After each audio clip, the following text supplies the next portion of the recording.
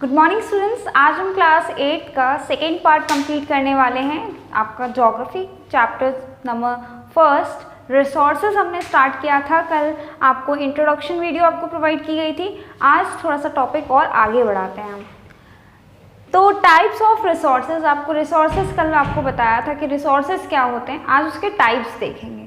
Types of resources, दो तरह के रिसोर्सेज होते हैं, बांट दिया मैंने यहाँ। तीन तरह के रिसोर्सेज होते हैं, natural resources, human made resources और ह्यूमन। ये तीनों रिसोर्सेज क्या हैं, टाइप है रिसोर्सेज के। अब इनके बारे में और डिटेल से पढ़ेंगे, ये है क्या। नेचुरल रिसोर्सेज जो हमें नेचुरली मिलता है उसको हम बोलते हैं। इसके दो पार्ट होते हैं, रिन्यूएबल एंड नॉन रिन्यूएबल। अब हम आगे यही पढ़ेंगे, रिन्यूएबल और नॉन रिन्यूएबल क्या होता है। तो नेचुरल रिसोर्सेज पहले देख लेते हैं। नेचुरल रिसोर्सेज क्या होता है, हम टाइप्स ऑफ रिसोर्सेज में natural, human made and human, ये पार्ट है टाइप्स ऑफ रिसोर्सेज के। और इसके पार्ट क्या है, नेचुरल रिसोर्सेज के पार्ट है रिन्यूएबल एंड नॉन रिन्यूएबल। तो यहाँ पर नेचुरल रिसोर्सेज पढ़ेंगे।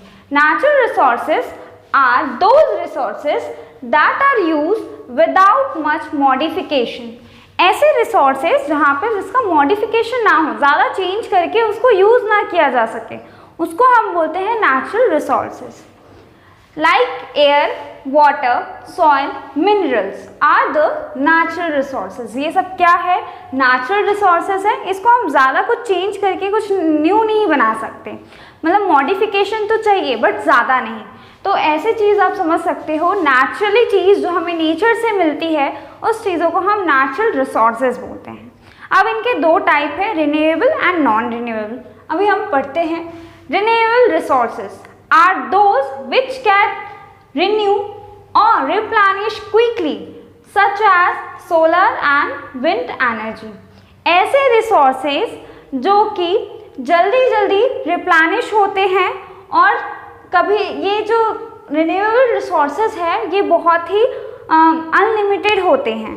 फॉर एग्जाम्पल सोलर एनर्जी क्या होता है कि सन की रेज आती है, तो आपने सोलर पैनल देखा होगा कि छत के ऊपर लगाते हैं लोग।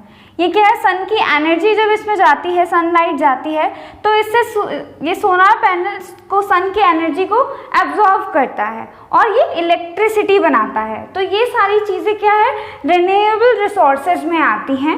ये अनलिमिटेड होती हैं। अनलिमिटेड क्यों होती है, ख़त्म नहीं हो सकती। सन क्या गायब हो सकता है, नहीं हो सकता। सब नाइट के टाइम इसमें सोलर एनर्जी नहीं जा सकती क्योंकि रात में सन होता नहीं है। सेम विंड एनर्जी, आपने ऐसे देखा होगा खाली स्पेस में ऐसे पंखे टाइप का रहता है और ऐसे करके विंड की हवा से ये गोल गोल घूमता है, इससे भी एनर्जी प्रोड्यूस होती है। जो राइस की मिल होती है उनको चलाने के लिए, इलेक्ट्रिसिटी प्रोड्यूस करने के लिए इसका यूज़ होता है। तो ये जितने भी रिसोर्सेज हैं ये सारे क्या है, रिन्यूएबल रिसोर्सेज।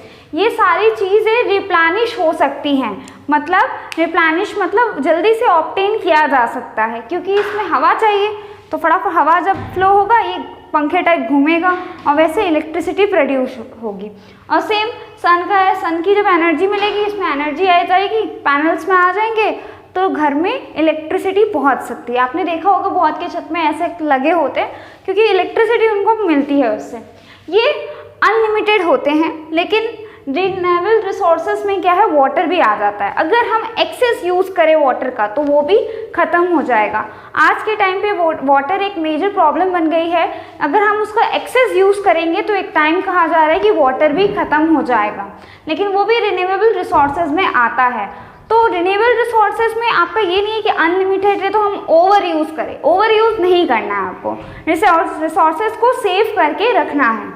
अब नेक्स्ट आता है नॉन रिन्यूएबल रिसोर्सेज। ये ऐसे रिसोर्सेज होते हैं जो कि बहुत ही लिमिट होते हैं, मतलब कम अमाउंट में होते हैं। ऊपर वाला हमने देखा अनलिमिटेड होते हैं और ये क्या है, लिमिट अमाउंट में होते हैं।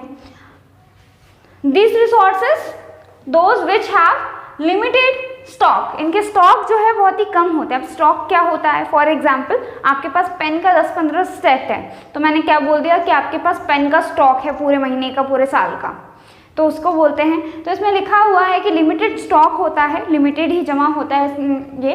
Once the stock has execute, अगर एक बार ये जो स्टॉक है वो ख़त्म हो गया तो 1000 ईयर लगते हैं उनको फिर से बनाने में। तो क्या एग्जाम्पल रहेगा इसका? कोल। कोल आपको पता है कि अंडरग्राउंड मिलता है, बहुत माइनिंग करनी पड़ती है तब जाके आपको कोल मिलता है। सेम ऐसा ही पेट्रोलिज्म, पेट्रोल जो होता है सेम उसका प्राइस क्यों अप होता है? क्योंकि उसको लिए बहुत ही डिगिंग करनी पड़ती है, खुदाई करनी पड़ती है, फिर अंदर पे जाके वो पेट्रोल जो है मिलता है, जिसकी वजह से उसकी प्राइस जो है एकदम हाई रहती है। नेचुरल गैसेस, ये सारे क्या है?